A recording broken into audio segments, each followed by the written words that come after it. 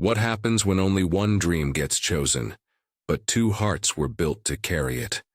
In a forgotten corner of Texas, two sisters shared everything, except the spotlight. But when only one is offered a path to the stage, will love turn into silence? Or will harmony find a way home? This is not just a story about music. It's a story about sacrifice, about forgiveness, and about how the quietest voices sometimes carry the loudest truths. Stay with us. For poor twin girls, signed up to sing at school, but only one voice was heard and everyone fell silent. Story that just might sing something open inside you. In a rundown trailer park on the outskirts of Leach, Texas, where the grass grew in uneven patches and the wind smelled faintly of rust and sugar, lived two 12-year-old girls who shared the same face but not the same voice. Lena and Lena Delgado were identical twins, same chestnut curls, same deep brown eyes, but if you watched closely, you'd see that one carried silence like a prayer, and the other, noise like a banner. Lena was the louder one. She sang in school assemblies, danced in front of the mirror, and memorized the runs of pop stars she admired. People said she had stage presence. Teachers noticed her. Neighbors said she had the kind of shine that might just go somewhere. Lena, on the other hand, was quiet. She sang too, but only when no one was watching, late at night in their small shared room, or when sweeping the bakery floor where their mother worked long shifts. Her voice was softer, almost fragile, like a candlelight in wind. But if you heard her, really heard her, something inside you would pause. Their mother, Rosa Delgado, was a tired but warm woman who worked 2 jobs and still found time to braid her daughter's hair before school. She always said, "It doesn't matter how bright you shine on stage if you forget how to hold someone's hand in the dark." The girls were inseparable, at least they had been. They shared everything, pillow secrets, scraped knees, the last spoon of pudding. But something had shifted lately. It wasn't spoken, but it hung between them like a note just out of tune. It started the day a flyer was posted at Winslow Elementary. Emerson Music Conservatory, 1 full scholarship for a young vocal talent, 1 voice, 1 spot. Apply by March 15th. Lena had grabbed the flyer off the bulletin board before the wind could steal it. "This is it," she said, her eyes shining. "The chance we've been waiting for. I'm going to apply." Lena had nodded slowly.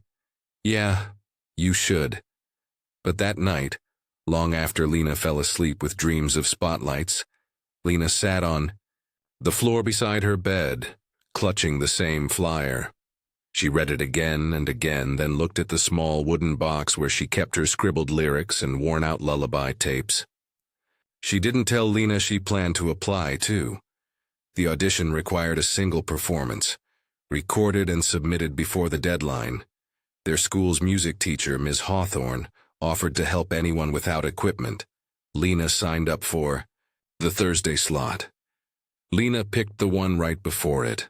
On Wednesday night, as a soft rain tapped on the trailer roof, Rosa found Lena sitting alone in the kitchen, practicing her song in whispers. She didn't interrupt. She just watched. Then, she walked over, cupped Lena's face in her hands, and said, "No matter what happens, sing for the right reasons." Lena nodded, voice trembling. "Do you think it's wrong that I didn't tell Lena?" Rosa looked at her daughter, the quieter twin, the one who always gave up the front seat, the bigger slice, the last piece of gum. "Sometimes," she said gently, "you have to stop making yourself small to let someone else feel big. You're not stealing her dream, mija. You're just finally giving yours a chance." That night, Lena sang alone in their shared room as Lena slept soundly. The song she chose was one her mother used to hum when there was no electricity, and they curled up by candlelight. "You Are My Sunshine." She sang it not to impress, but to remember. Outside, the rain turned into a downpour. Inside, two dreams, built on the same melody, quietly prepared to collide. Thursday morning arrived dressed in nerves and quiet rituals.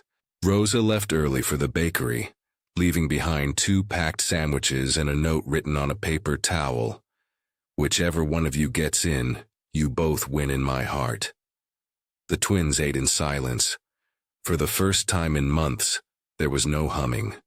At the table, no shared glances over the toast, just the ticking of the old wall clock and the occasional clink of a spoon.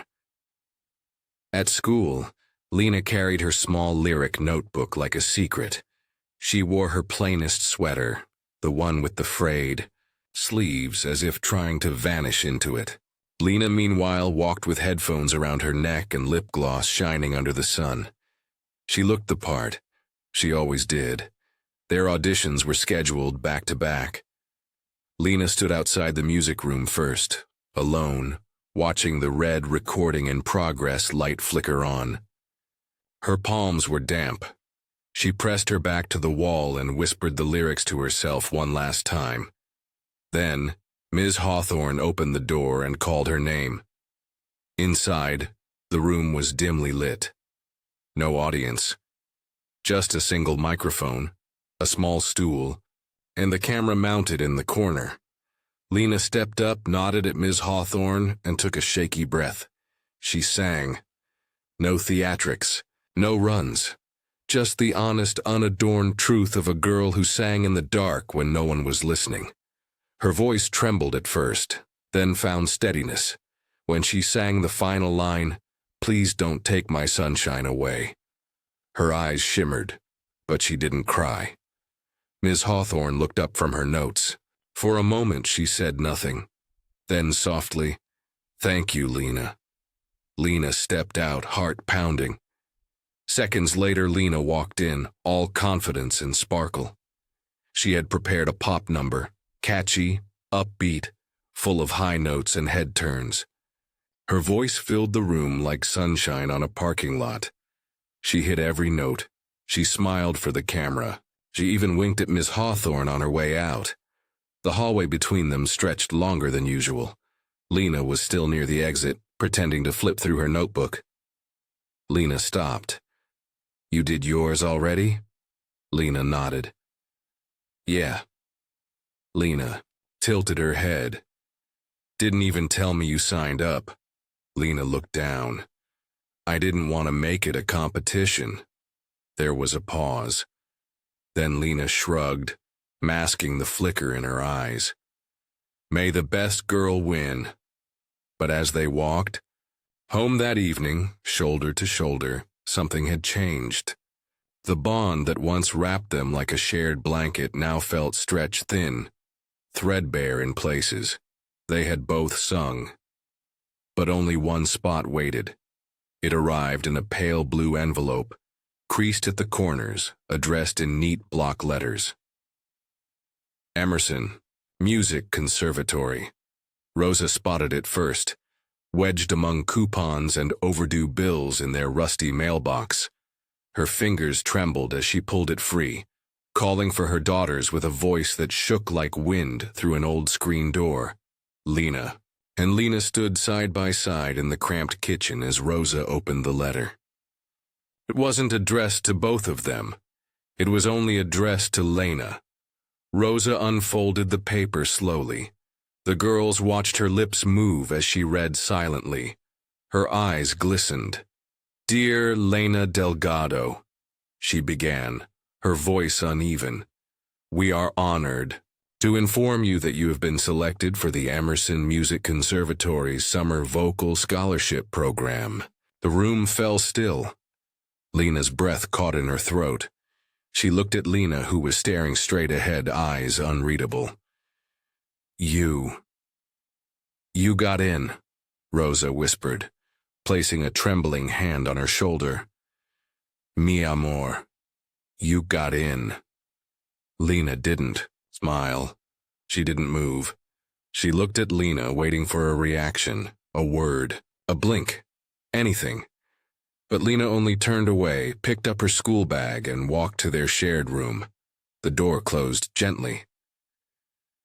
That night, Lena lay awake in the dark, listening to the soft scratch of Lena's pen against her journal. The distance between their beds had never felt so wide. Neither spoke. The letter sat on Lena's nightstand like a guilty treasure. The next morning, Lena didn't braid Lena's hair like she used to. She didn't hum while brushing her teeth. She didn't say goodbye. At school, whispers filled the hallways. Word had spread. Some congratulated Lena. Others asked if the sisters had fought. Did she not get in? One girl whispered a little too loudly. Ouch. At lunch, Lena sat alone.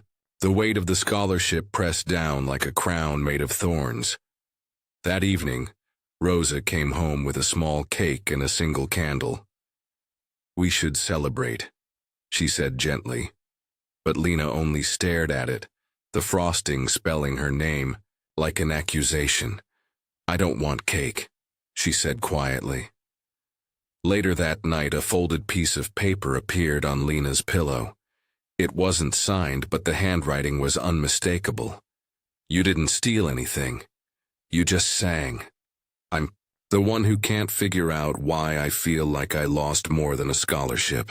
Lena held the note to her chest, and for the first time since the letter arrived, she cried. The kind of tears that come not from joy or sorrow, but from the ache of knowing a part of you is hurting, and you can't fix it. The days that followed moved like molasses, slow, sticky, and full of moments that didn't quite settle. Lena woke earlier than usual, not because she had more to do, but because the silence between her and Lena had grown loud. They still shared a room, still passed each other cereal boxes, still brushed their teeth side by side, but the air between them felt different, measured, tense. Rosa tried to ease the strain. She left little notes in their lunchboxes. I'm proud of you both, and love is bigger than any stage. But notes couldn't fill the silence that had settled like dust. Lena started preparing for Emerson quietly. Ms. Hawthorne gave her sheet music to review and some simple vocal exercises. Rosa bought a second-hand duffel bag at a thrift store, scrubbing it clean until it smelled of lavender and soap. Lena packed, slowly. One shirt, one notebook, one memory at a time. Lena watched from a distance. She didn't offer help. She didn't criticize. But each time Lena folded something into the bag, Lena's lips pressed tighter. One night, she stood in the doorway, arms crossed. You're really going? Lena looked up, surprised. It's just for the summer. That's not what I asked. Lena didn't know how to answer, so she looked away. Lena leaned against the frame. You ever think that maybe they picked the wrong twin? It wasn't a question. It was a wound wrapped in words. And it hurt. Lena swallowed hard. All I did was sing? Lena's face tightened. Yeah, well, sometimes that's all it takes to leave someone behind. She turned and walked away. The next day, Lena brought her acceptance packet to school.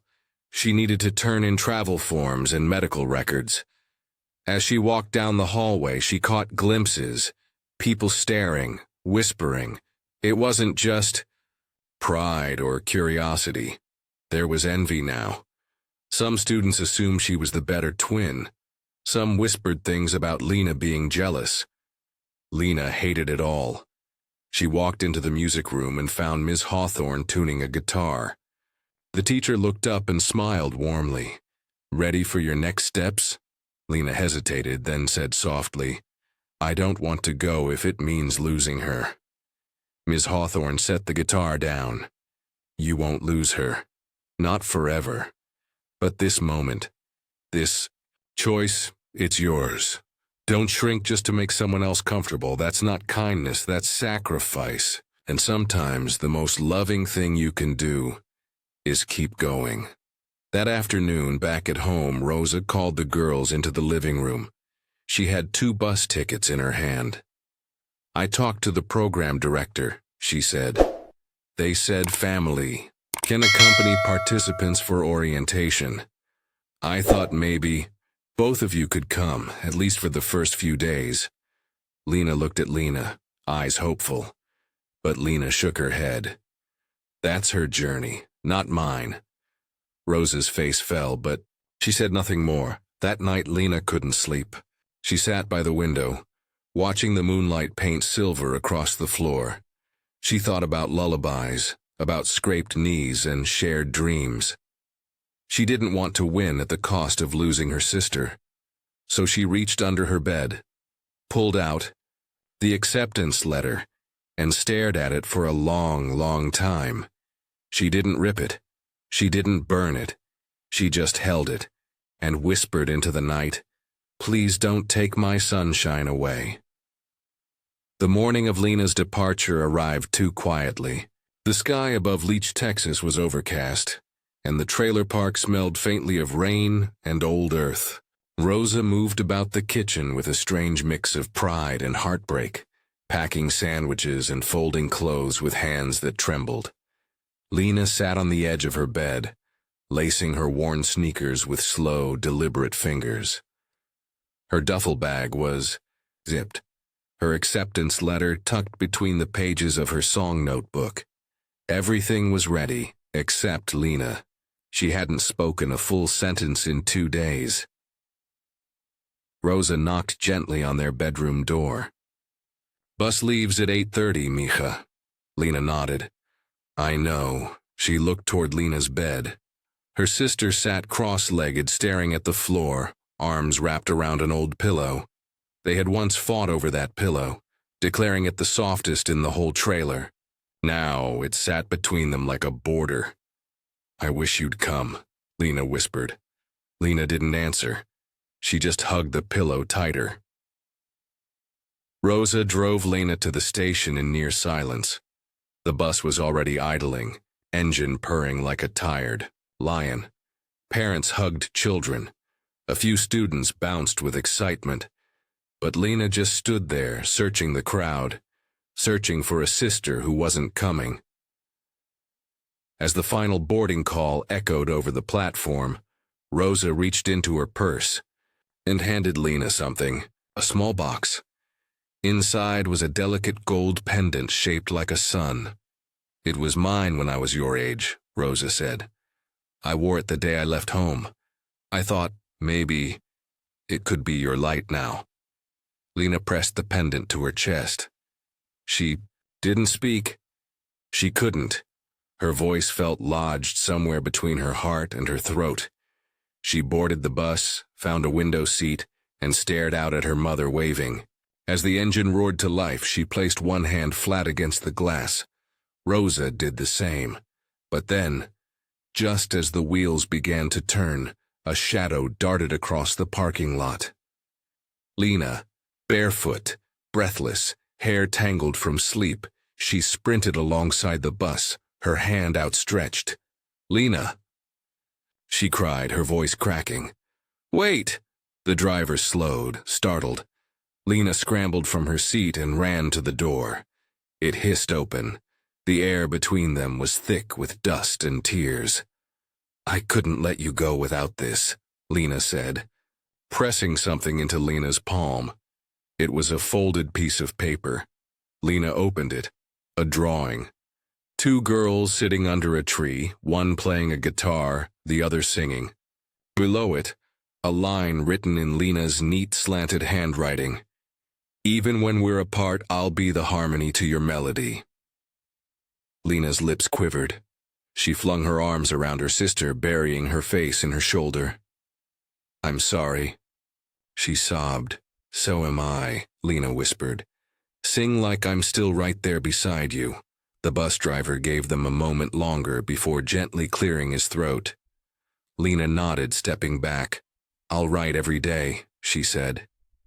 "You better," Lena replied, forcing a smile through her tears.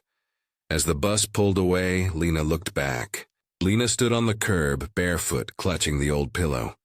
She didn't wave. She just stood there, solid and still, like a promise.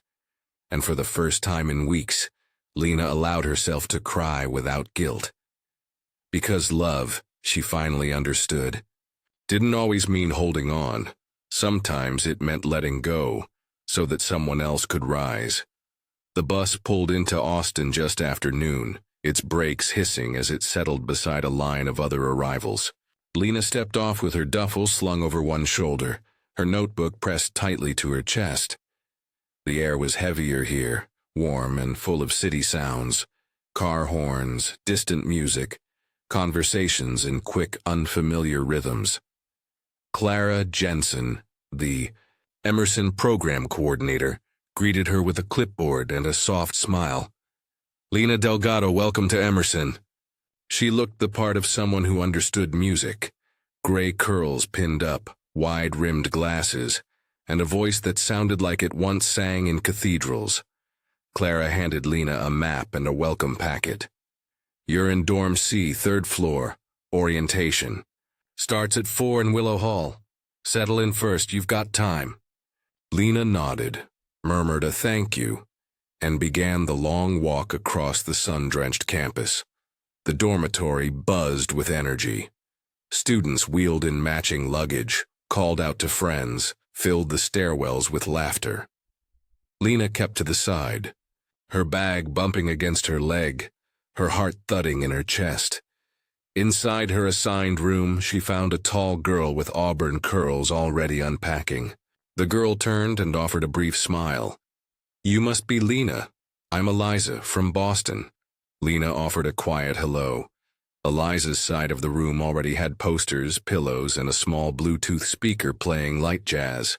Lena unzipped her duffel in silence, placing her few things neatly in the empty dresser drawers.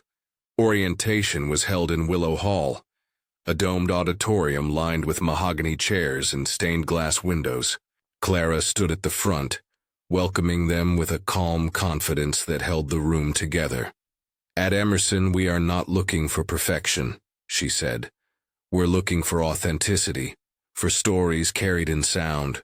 Remember, sometimes the simplest voice stays with us the longest." But as the sessions began, Lena felt smaller with every passing hour. The first class was vocal anatomy. Diagrams of larynxes and vocal folds were passed around. "We'll be working on diaphragm, control, resonance, and range extension," the instructor announced. Lena blinked. She had never seen a diaphragm diagram in her life. In harmony, students sight-read sheet music, correcting each other's pitch with terms she didn't know. Eliza, with her trained ear, glided through exercises. Lena faltered. More than once she found herself staring at the lines and spaces, like they were a foreign language. By the third day, she was exhausted. During vocal performance, she forgot a line mid-song. The room fell silent. Someone giggled. Lena stepped down from the practice platform, her face burning. Later that evening, she skipped dinner and sat alone in the courtyard. The sky overhead was turning deep blue, and the cicadas had begun to sing. She opened her notebook, flipped past the acceptance letter, and found Lena's drawing again. She traced the words, "I'll be the harmony to your melody." Clara appeared, holding 2 steaming cups of tea. She sat beside Lena without saying anything for a while. "I used to think I didn't belong either," Clara said eventually. "First year I came here, I spoke with a southern accent so thick people laughed at me. I didn't know what a mezzo was, but I could sing, and I had something to say." Lena looked up. "What if I never catch up?" Clara smiled. "Technique can be taught. Heart can't, and yours sings loud even when you don't." Lena didn't reply, but she held her tea with both hands, letting the warmth seep into her fingers. She wasn't sure she believed Clara yet, but for the first time since arriving, she felt a little less alone. And that night, as the campus fell into a hush, Lena stood by her window and sang a few quiet lines of "You Are My Sunshine." Not for the teachers, not for the scholarship, just for her sister, far away, and for the girl inside herself, still trying to belong. Willow Hall was unrecognizable the night of the mid-program showcase. A soft gold light pooled across the stage, casting a warm haze. On the polished floor, chairs lined in perfect rows held teachers, parents, local musicians, and guest mentors. This was no rehearsal. This was the moment students had been preparing for since day one. Lena stood backstage, her hands trembling around the notebook she never let go of. Eliza, standing beside her in a sequined navy dress, adjusted her earrings and whispered, "You'll be fine. Just don't freeze this time." Lena gave a polite nod, but her heart had begun to race. She had been assigned a slot near the end. Intentionally, Clara said, to let her grow into the space. Most of her peers had prepared big performances. Dramatic show tunes, complex arias, duets with tight choreography. Lena had chosen something else, a country lullaby. "You Are My Sunshine." No background track, no spotlight request, just her voice. Earlier that day, Clara had approached her with a soft smile. "Are you ready?" Lena had hesitated. "I don't think I belong up there." Clara placed a hand on her shoulder. "Belonging doesn't come from the stage. It comes from the voice you dare to use, even when it shakes." Now, as the announcer called her name, Lena stepped onto the stage. For a moment she couldn't see the crowd. The lights blurred their faces into shadows, but she could imagine Lena's face among them. She had drawn it so many times in her. Head, braids loose, hands clasped, eyes quietly cheering. She walked to the microphone, notebook still in hand. Then gently, she set it down. "I'd like to sing something simple," she said. Her voice was soft, but the hall had grown still. "This song was never meant to impress anyone. It was just something my mom used to hum when the lights went out and we had each other. It's for her and for my sister." There was a pause. Someone cleared their throat. Then she began, "You are my sunshine, my only sunshine." The room held its breath. There was no orchestration, no theatrical expression, just the clarity of truth wrapped in a voice that had been overlooked too long. Lena didn't push. She didn't reach for power. She let the words rest gently on the silence like a hand on a shoulder. And in that stillness, something shifted. The guest composer leaned forward in his seat. One of the vocal instructors put a hand over her heart. Clara, standing against the far wall, pressed her lips together to keep from crying. When Lena reached the final lines, "Please don't take my sunshine away," her voice cracked. Not out of fear, but feeling. The kind that came from remembering what it cost to stand here. There was a beat of silence, then another, then the first applause, soft, reverent, followed by a slow rising wave. Not roaring, not wild, but whole. Like a standing ovation meant more for what was felt than what was heard. Lena bowed, not because she had been perfect, but because she had finally been heard. Backstage, Eliza met her with wide eyes. That was different." Lena gave a tired smile. "Yeah," she said. "It was." Later that night, she found Clara outside looking up at the stars. Lena stood beside her, quiet. "You've stepped into your light, Lena," Clara said without looking at her. Lena nodded slowly. It wasn't just mine, and in her heart she knew this spotlight didn't belong to one girl. It belonged to every girl who had ever been afraid to take the stage and sang anyway. The next morning, the dining hall was alive with chatter. Words like raw, moving, and unforgettable floated through the air, spoken over pancakes and orange juice. Students who had never once spoken to Lena now glanced her way, nodding or smiling as she passed. Some even moved their trays closer, like proximity could help them feel what she had made others feel. But Lena didn't feel proud. She felt exposed, like she had handed her heart to a room full of strangers and wasn't sure what they'd do with it. She picked at her food, barely tasting it. Her mind was elsewhere. After breakfast, she wandered into the mailroom.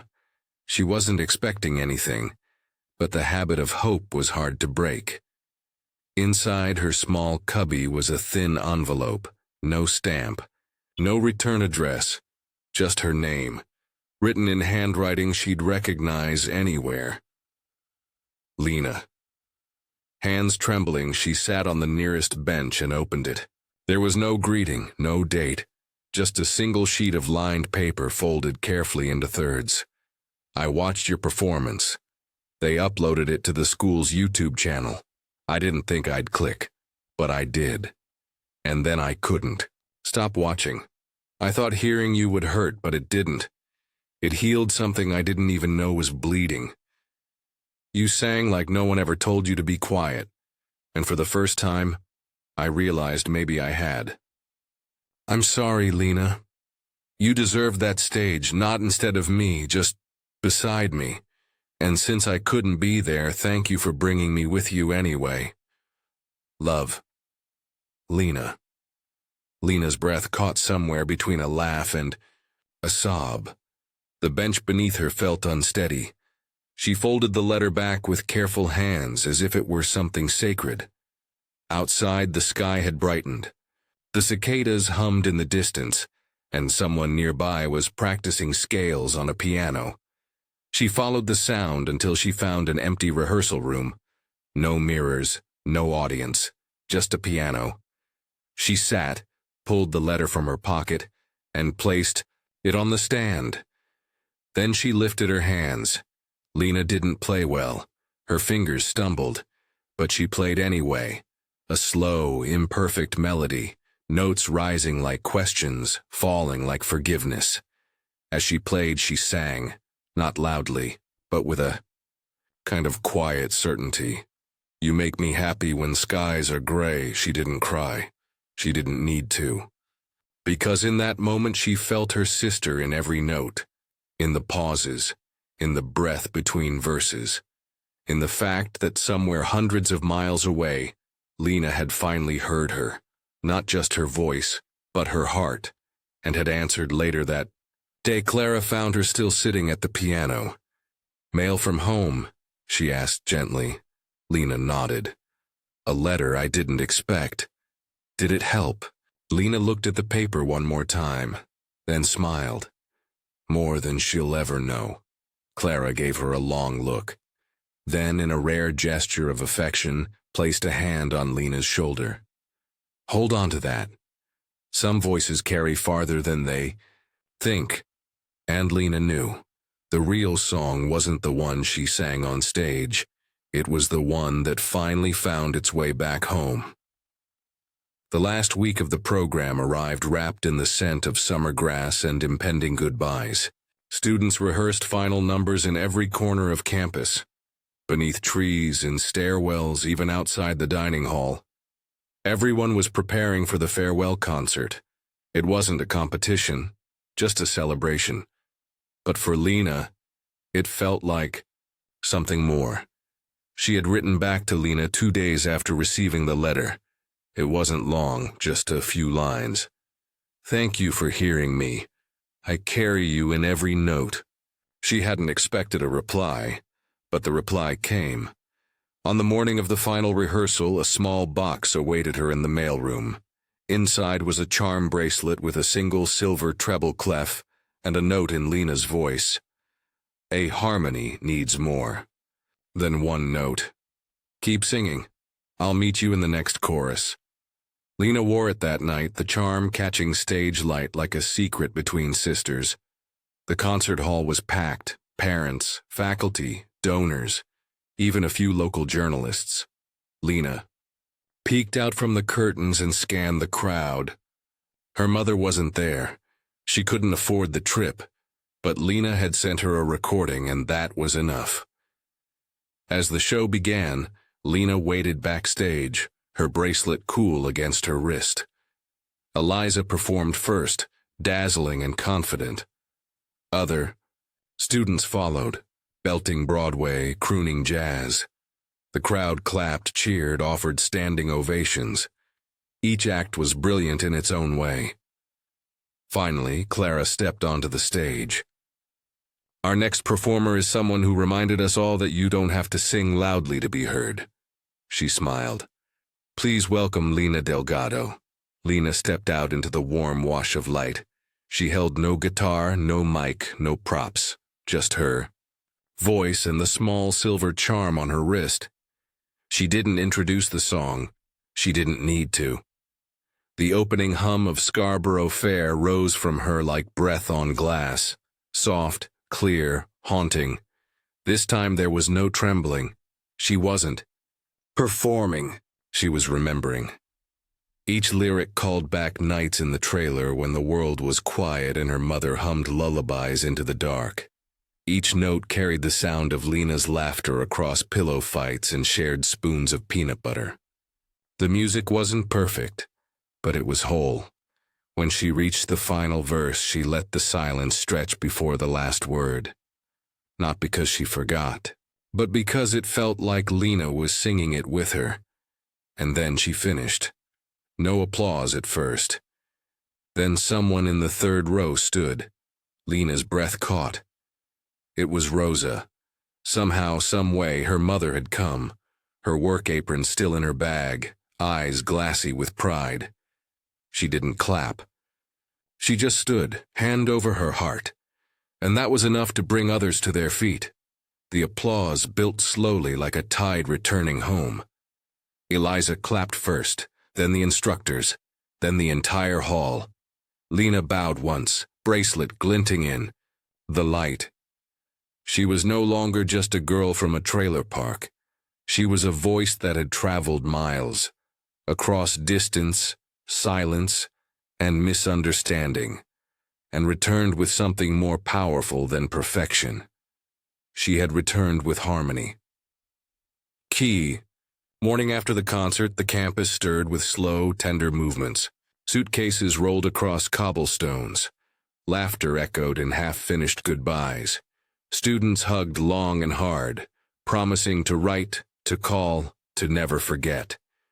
Lena sat beneath the old magnolia tree near Willow Hall, her duffel bag beside her, notebook in her lap. The silver charm on her bracelet caught the soft morning light as it dangled, swaying gently with the breeze. Across from her, Rosa held a thermos of coffee with both hands, eyes still misty from the night before. She hadn't said much after the concert. She didn't need to. Her presence had spoken louder than any standing ovation. I almost didn't make it, she said now, voice low. Borrowed the neighbor's car, drove 6 hours through the night. Lena smiled. You were the best part. Rosa reached out, brushing a curl from Lena's cheek. You sang like the whole world had waited to hear you. Lena looked down at the notebook in her lap.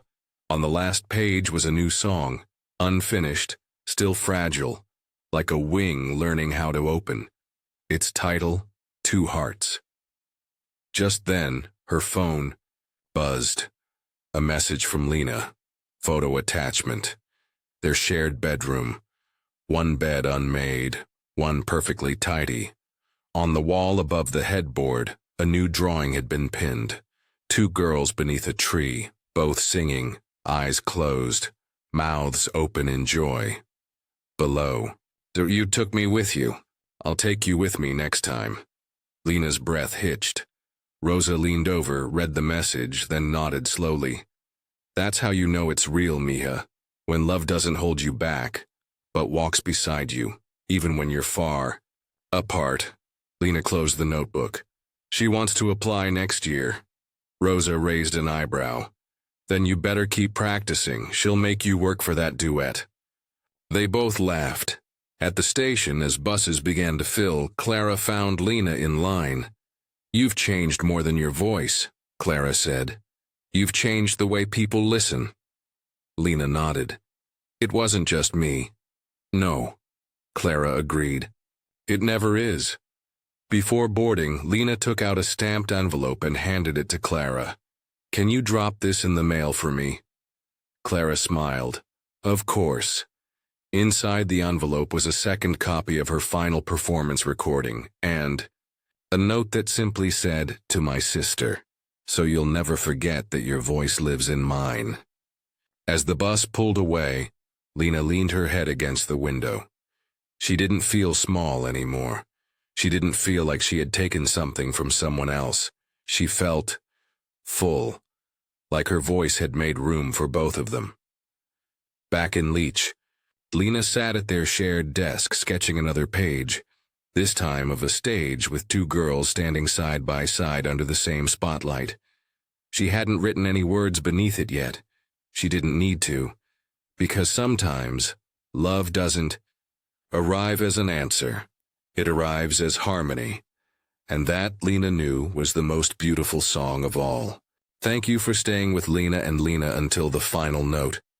If this story reminded you of someone you love, someone who once stood beside you in silence or sang with you in spirit, we'd be honored if you shared this with them. And if it touched your heart, even just a little, leave us a comment below.